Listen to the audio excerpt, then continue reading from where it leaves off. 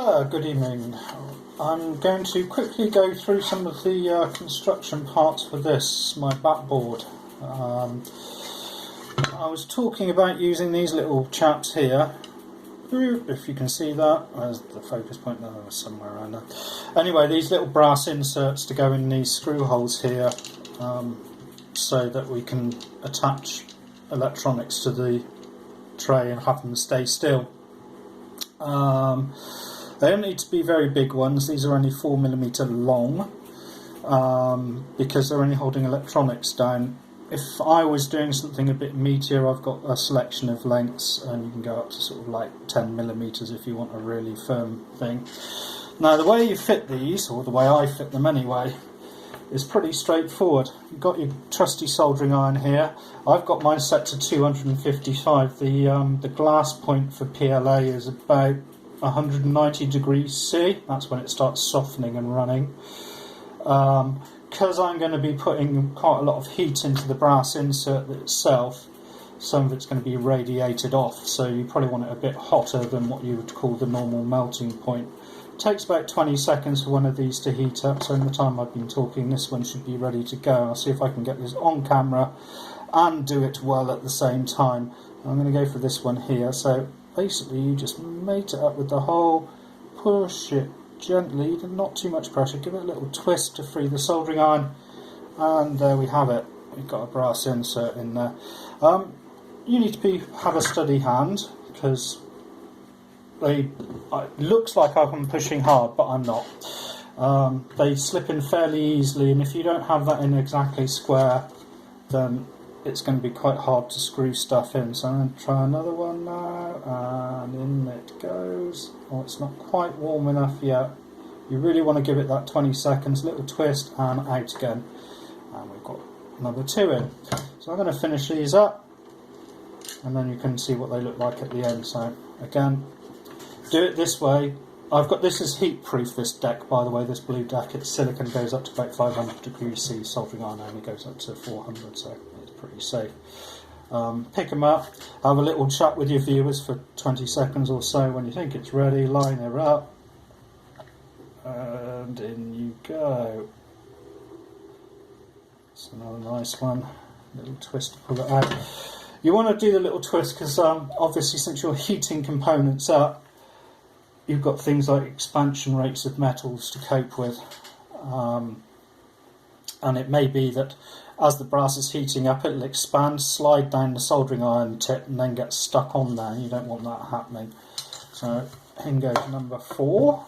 See if I can get this right. It's a bit shadowed here. I'll turn that round. I hope you can still see it. And in we go. That's level, nice. So it doesn't take very long to do, and this is really worth doing for any kind of 3D printing where you're expecting to be able to take it to pieces again afterwards. Now there's one little issue with obviously doing it by hand, which is you're trying to get them straight in the holes. Now I've had a fair bit of practice now at this, so I can do it pretty well. A lot of people use a jig or a little pressing machine that holds their soldering iron so it goes down perfectly straight. I think I might make one of those at some point, but this is fairly good. But anyway, if you do screw up one of them, put it on the deck, put your soldering iron there, pick it up, hold it.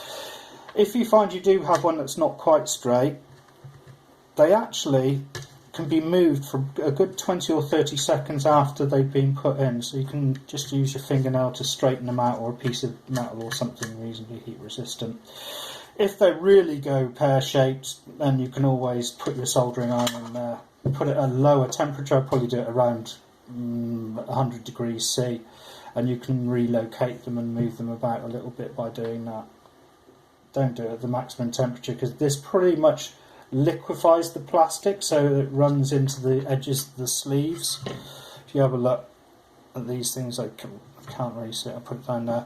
You'll see that it's got a gap in the middle. When you heat it up, the plastic runs into that gap in the middle, and that's essentially what holds it in place.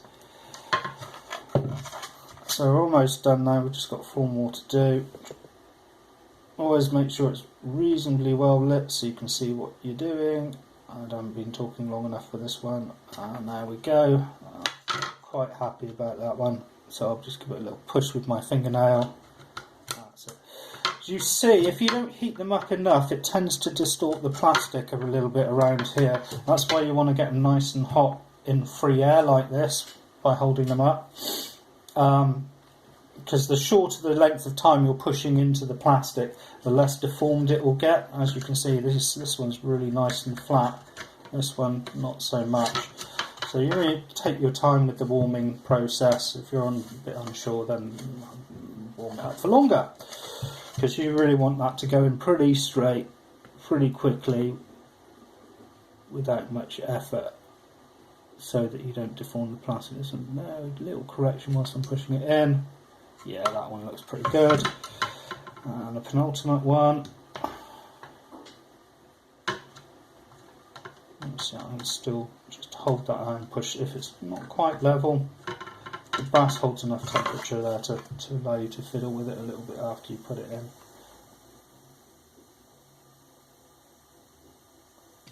Nice. And then the final one.